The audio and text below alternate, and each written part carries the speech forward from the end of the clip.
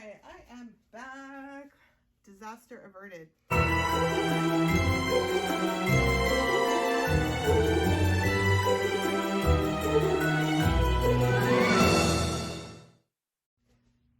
Hello. Welcome back to the Let's Get Creative Challenge. Today is day number 3. So I thought I would do a painting today. I was really in the mood to paint, and I thought I would just walk you through some of my process. I am in my studio, as I always am, with my little one. I have a 2-year-old. She has her own easel right over there. She's usually painting right with me, her own drawing table, and right now she's trying really hard to be quiet. So if you hear her or if I talk to her, that's just actually what goes on in here every day as I'm painting. So let me just talk you through my process. Today I am working on a 20-inch by 24 canvas. I have gone ahead and put some push pins, big push pins in the back. That's one of the ways that I use to elevate my canvas off of the table. And one of my push pins is higher than all the others, and this one's a little bit higher also because I'm not on a level surface. And I just happen to know that all of my paint has a tendency to go this way. But I don't have my actual level here to check it, unfortunately, because my husband took it with him today. So we're gonna just eye it right now. I'm gonna work on a dry canvas. A lot of times I will go ahead and put a white coat down or a base coat of a certain color, but today it's just gonna be white and plain and dry. So what I can expect from that is that as the paint is moving, it's gonna stick a little bit. So some of the paint designs could roll under as they're sticking. Sometimes I put a base coat, sometimes I don't. So I've had people ask me, why or should I? And I mean, it's up to you. But today I've chosen not to. So I am using acrylic tube paints from various companies. And I'm mixing all of my paints with a professional artist grade pouring medium. It's the golden pouring medium. I've used it in other videos. This MSRP for this is about $100 a gallon. If you get it on sale, you can sometimes get it as cheap as $60. So when I am able to get it at $60, I get several gallons. There are much cheaper ways to practice paint pouring, so you don't have to use something like this. You could also use glue all mixed with some water. If you're new to paint pouring, if you want to do a lot of paint pouring and you don't want to spend a lot, in the US, this is about $15 a gallon. Another option is Floetrol, which I'm actually out of Floetrol, so I don't have a gallon to show you. And then there are other companies who make mediums. I also like using the Artist Loft medium. And I also, well, I'm not going to pull it out because it's under a bunch of stuff, but I like to use Liquitex as well. Some of the advantages of using something like this as opposed to using Floetrol or glue all is it does have a different texture when it dries. These come out glossy. They almost look like they have a top coat on them. And actually I have a painting right here I'll show you to compare. This is one that I did with the golden medium. I don't know from your camera angle if you can see the shine from the light, but it comes out shiny. It's self-leveling, so you don't see any brush strokes, obviously, which that's what's kind of fun about fluid art in general. But it has this, I don't know, I guess almost like a plastic feel. It's very, very smooth. I love to feel them. It's a fun feeling. almost doesn't feel like paint. It almost seems like the entire composition just got stretched over this canvas. So I've really been into this lately in my work. So we're going to use that today. So I just thought I would talk about how I pick colors, because I get a lot of questions about that. People having trouble with their color choices. So I'm just going to show you what I do. I had some leftover paint, and leftover paint is fun because some of the choices are made for you. So I had these two. This is a metallic black, and this is a metallic white. In each of my pour paintings, I try to have a dark and a light, because you want all of those shadows and highlights to intermix throughout the composition. So this is my dark and my light. Then I pick one color that I'm drawn to for the day. And this is the color that I chose. Now this is actually a color that I made. I just really wanted something kind of on the purple scale. I would call this like an indigo. I mixed dioxazine violet with a little bit of iridescent graphite and a little bit of phthalo blue, and I came up with this. So okay, so then I set that down and I tell myself, okay, what else do I want? Well, I usually like to have some difference in value. So I went ahead and just did plain old dioxazine purple here, mixed with my pouring medium. And you can see it's straight pouring medium with the tube paint. It's mixed at about a 1:5, 1:6 ratio. If you mix it with the golden heavy body paints, it's like a 1:8 ratio. And although I use random paints from different companies, if you use the fluid acrylics from Golden, it mixes amazing with this pouring medium. So I have a little bit of a different value there. I thought it would be nice to throw in a little bit of a light blue, just so that as they're mixing, you're going to see like graduations of the value. I love to throw in a metallic, and even though this was metallic black and metallic white, I'm a sucker for a metallic, and so I picked gold.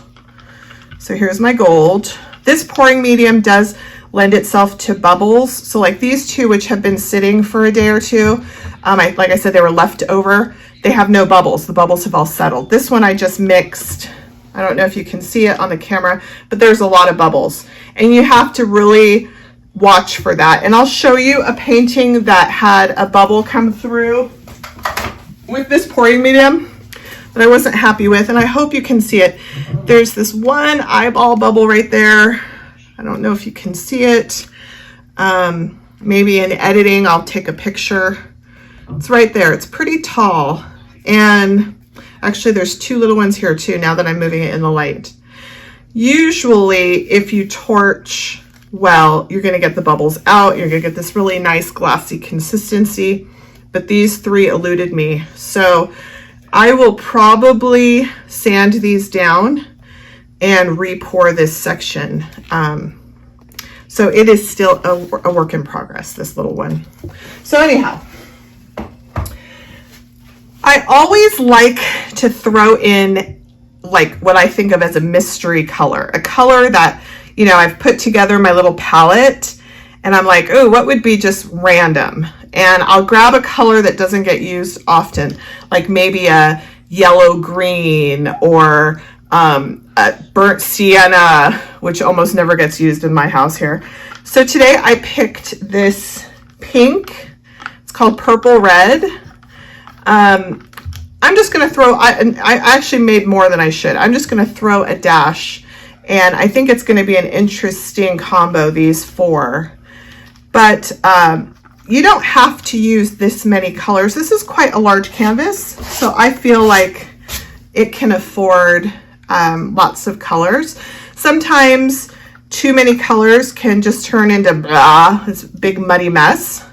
So if I had to choose, I would do something like this. If I had to edit, I would do a dark and a light, and then 2 colors of interest. So if I had to edit this down, that's what it would be today. So I always like to use leftovers, as I mentioned, with those 2. And I had this Deco Art metallic, I think it's pearl. It's a white pearl. I've used it in different paintings. I love it. It's super beautiful. It kind of seeps, kind of this cloudy look, different than a cloud pour, kind of a misty look. But when I opened it, it was getting real thick and it had seen its last days. So I just put my pouring medium straight into the jar. I've never done this before. This pouring medium does not lend itself to chunks. So like any of these old chunks, if they fall in the paint, it's going to show. So I don't want that. But I did get a really nice consistency down here at the bottom. So I think I'm going to put a little bit of this in there. We'll see. So let me pour my cup. For this size, I don't do any hard and fast measurements. You know, some people are really good about weighing their paints and all that. I just know that if I fill this up super full, this size painting is going to be fine. So that's what I'm going to do. So I'm going to throw in a little bit of white, and I'm not going to do real strict layers here either. A little bit of gold. I'm going to throw in a little bit of that surprise color. Let's see, tiny bit of the black. Let's put in some of this dioxazine purple and some of this. I'm in love with this color. I don't know. I woke up dreaming of this color. Let's put in a little bit of this and hope that it works. Crossing my fingers. Let's throw in, I'm just going to put all this blue because I didn't have that much. So what I have right here, even though I'm going to fill this whole cup, this is likely to be the focus of the whole painting. When the paint gets stretched and it goes over the edges and it's dripping, this little bit right here is probably going to be this much of the canvas. So what is right in the beginning, which is the last to come out, is really vital to the overall composition, what you want to happen. So remember, the first thing you put in is the last thing that's going to come out, which means it's what's going to be right in the center. And the last thing that you put, especially when you're getting to the top of the cup, probably will just disappear. It'll probably be sacrificial paint that goes over the edge. And you don't, I mean, what I do sometimes is if I have little bits of leftover and I just need the volume to get over the edge. Mommy, if my iPad died. Your iPad died? Oh, let me help you with that. Okay, let me help you with that. My little one's iPad has died, so let me help her. Hold on one sec. Mommy, Yes? when I All right, I am back. Disaster averted. While I was gone, I can see that pearl white, the mystery white here, it's starting to react. You can see how it's kind of feathering, which is good, So let me throw in a few more colors. I'm going to make my layers a little bit bigger now that we're getting into the area where we may or may not see it. We will see. So here we go. The rest of my indigo. Here we are. Indigo. Really liking this color. I hope, I really hope, since this was my inspiration color, that it doesn't just disappear on me. I'll throw in the rest of this blue. I'm making a mess, but you won't see that. I'm mostly making a mess because it's a little awkward with the way that I'm filling the cup so that you can see it. All right, throwing the rest of my gold in here. There we go. Look at that. Throw the rest of my white. The white is sinking, so we'll see how that interacts. And this is a metallic white, so all the metallics have a tendency to interact differently than the colors that aren't metallics. So we shall see what we get. I will put, I guess just to fill the cup, I'm gonna put the rest of this pink. It's a little more pink than I was planning on, but I really want the volume of paint to go all the way up to the top so that I have more than enough to cover this canvas, because like I said, I'm working on a dry canvas, and that means that a lot of paint is going to get absorbed rather than just slipping around. So, okay, I have a nice full cup. I'm a little nervous because I usually have some extras on the side. I didn't really leave room for extra. That might be a mistake. We shall see here very shortly. So let me just show you this cup in the light. It's kind of crazy looking. Almost looks like a dessert, but it's a little crazy and maybe too much pink. So we'll see. All right, I'm just going to do a straight pour. And here we go. Let's get that. So my goal is to do about half of the cup straight pour, and then I'm going to kind of move around. So I just want to get a little bit of extra movement, especially in the center where everything expands the most.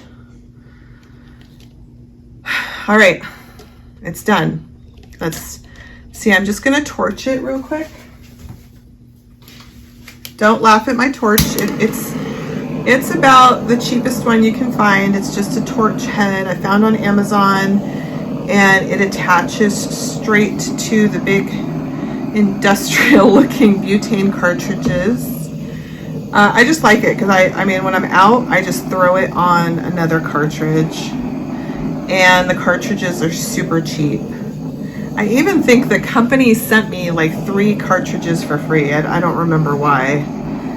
Must have been some kind of a giveaway they were doing. I have a lot of bubbles, so I'm taking extra care right now. I don't want to burn the paint, which I have done before, but there are a lot of bubbles. So I will hit it again after I've moved it, because some of the bubbles will pop as I'm moving it, but I want to point this out. I'm pretty sure that's from this. Using this particular pouring medium, you're not going to get a ton of cells like you would with Floetrol or using water. So this is really interesting to see how that reacted. It's chemistry, woohoo! So I'm liking these iridescent metallic stripes. They're going to be really interesting when I stretch it. But I really like this, so I'm going to make sure that that doesn't just go over the edge. I'm going to stretch it so that I can see more of this. All right. So let me coax it first. Have to be gentle to talk to it softly. And I don't want to also distort those bubbles too much. Although every time I say that, I tend to distort more than I planned. So we shall see. I'm just gonna kind of ask it to go around, touch the canvas, bring the weight of the paint back. Wow, I really love that indigo mixed with the purples. It just, It's just the vibe I was looking for. Here we go.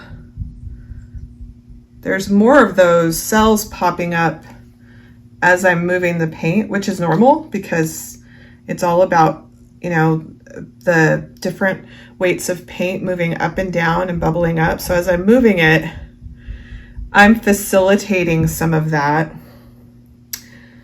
My cup was not overflowing, so I'm a little nervous that I might not have quite the volume of paint to preserve these cells, and I might end up making myself some paint right now.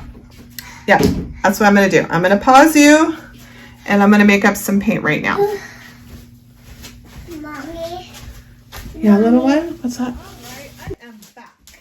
So I went ahead and I mixed up some dioxazine purple and I threw in some iridescent graphite to darken it up. And then I just dumped the rest of this and just the rest of a little bit of this and that I had left. And I'm gonna pour that around, and that's gonna help me stretch. This paint is a little bit sacrificial. Some of it's gonna be sticking to the sides, but it's really it's gonna salvage my composition. If otherwise, I'm gonna lose most of this. So let me go ahead and pour. And I have a little monkey here who's trying to get my attention because that's my job. I'm her mom.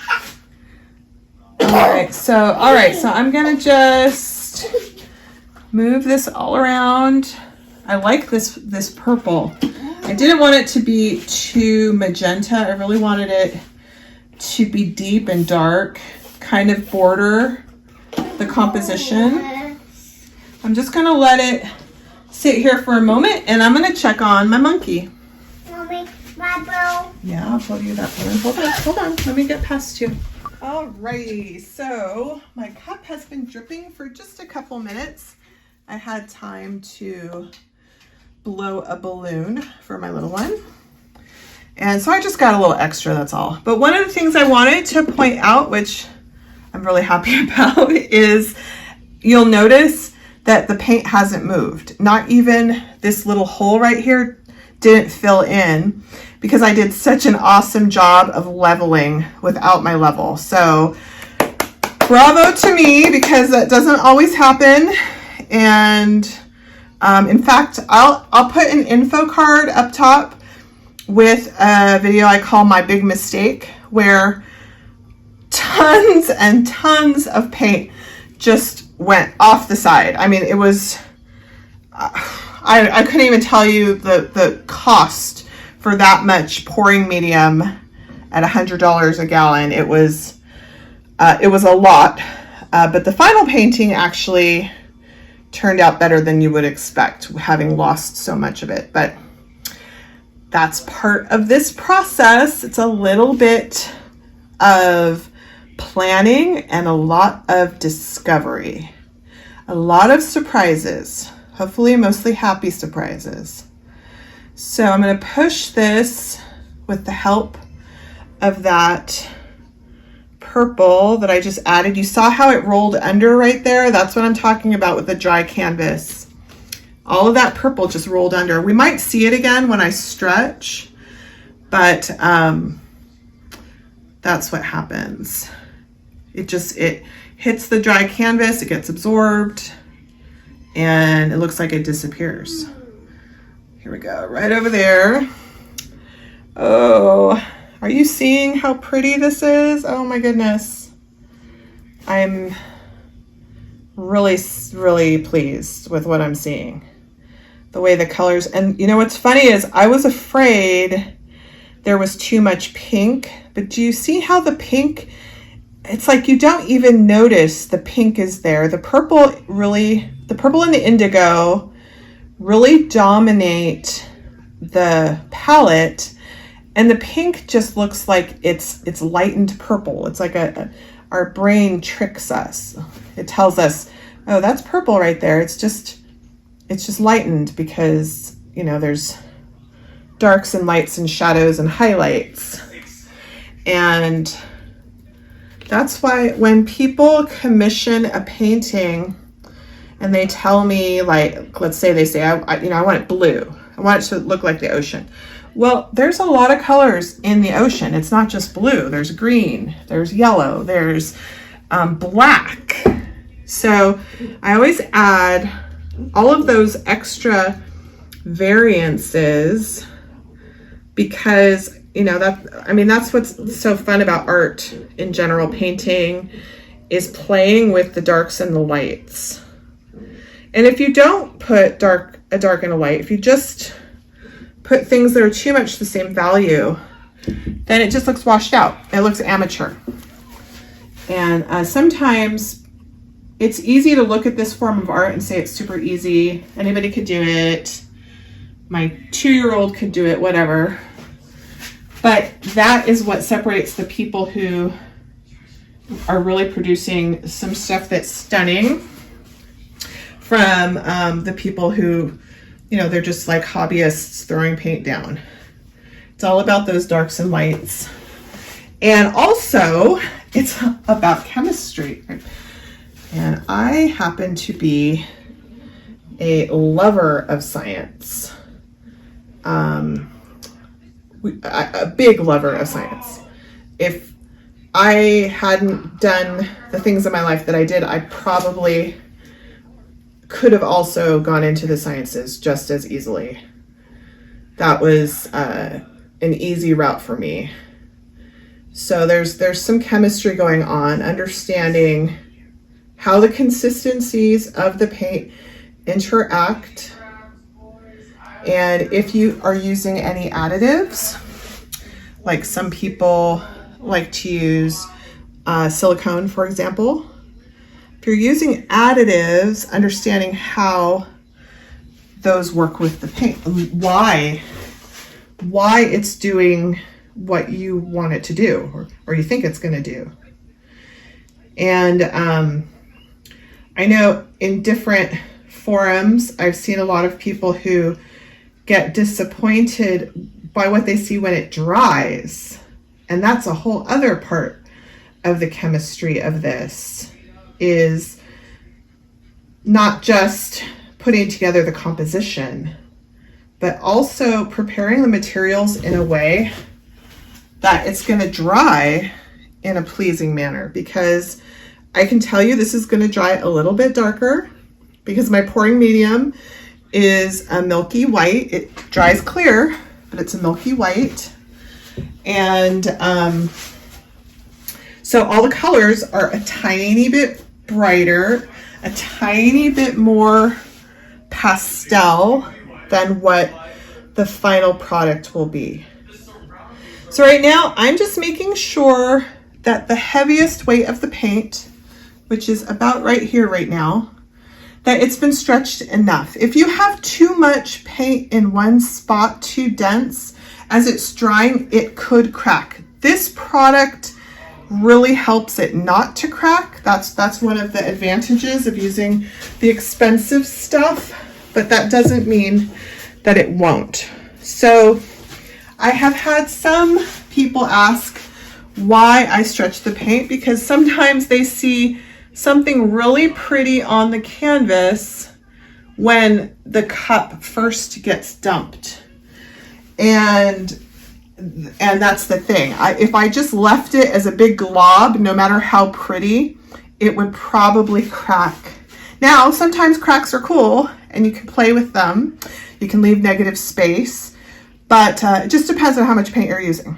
So I hope you're seeing what I'm seeing, because this is freaking beautiful. I mean, I'm talking to you, I'm trying to teach a little bit here, but my mind is blown. This is gorgeous. This has just gone to the top of my favorites list really fast.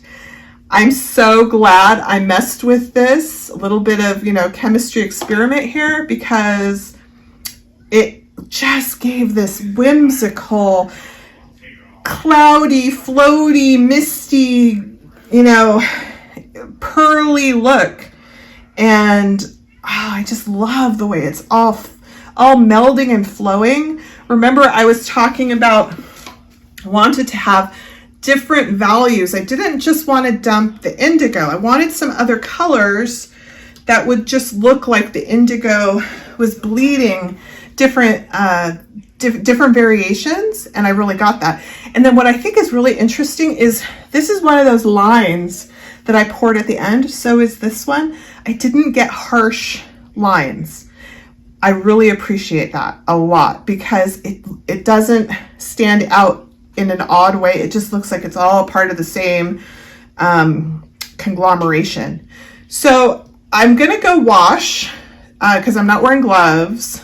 I just have a glove thing. I don't like the way they feel. So I'm gonna go wash and I'll be back. All right, my fingers are clean and I am just gonna torch. I walked out of the room. Mommy, Chris. Oh, I'm sending you kisses, sweetie. My daughter's sending me kisses. I walked out of the room, I walked back in, and the strap of my apron just broke. It just snapped. It just snapped. I don't know what's going on here. But I was staring at the painting just almost like it was someone else's because I'm so in love with it. It fits exactly where I am at this moment. So I'm gonna torch because you can't see them, but there's a lot of little bubbles. If I was less of a spontaneous artist, I would have all of my paints pre-mixed the day before, and then I'd come back and they'd be bubble free and ready to go.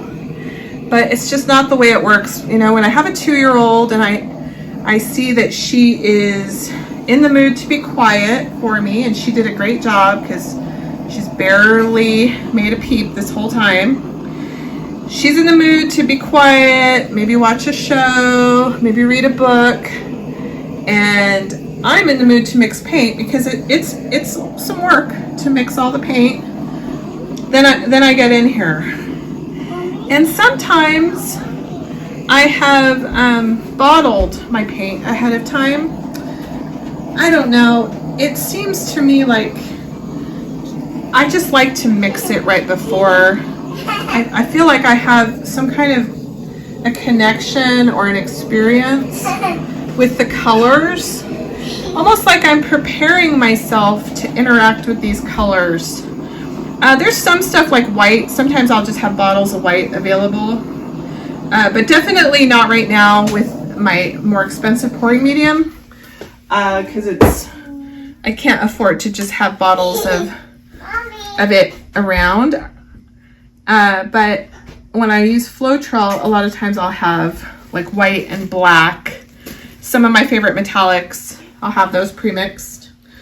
But right now, I'm really very much in the moment. So I just picked out something, I don't know what that was. And I am looking all around for bubbles and or fluff.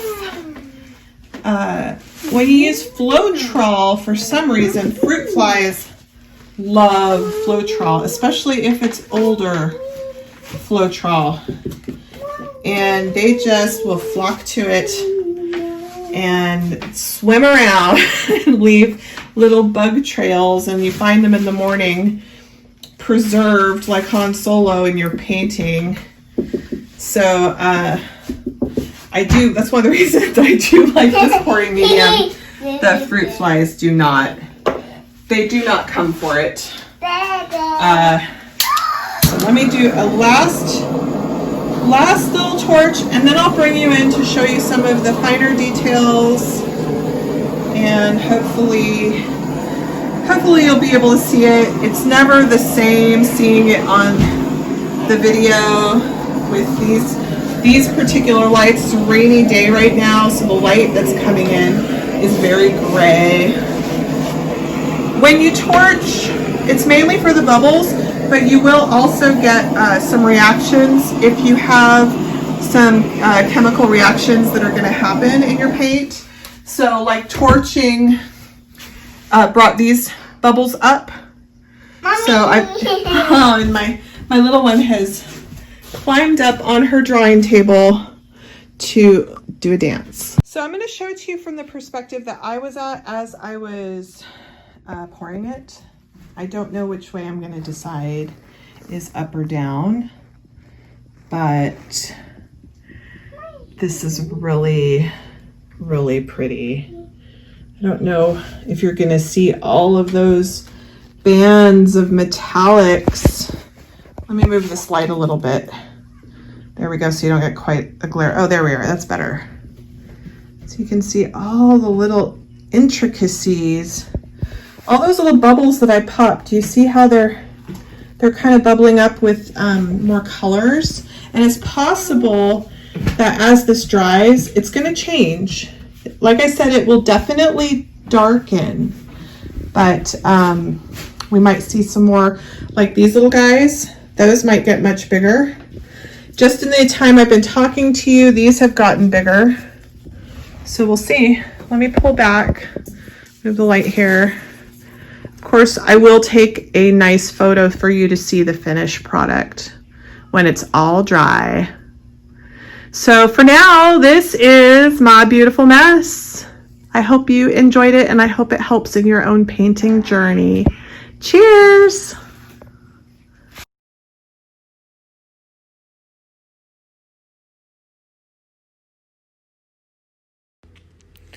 Thanks for watching the video. If you enjoyed it, please subscribe and hit that notification bell.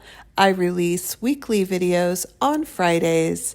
And if you'd like to find me, you can always go to SaritaLaroche.com.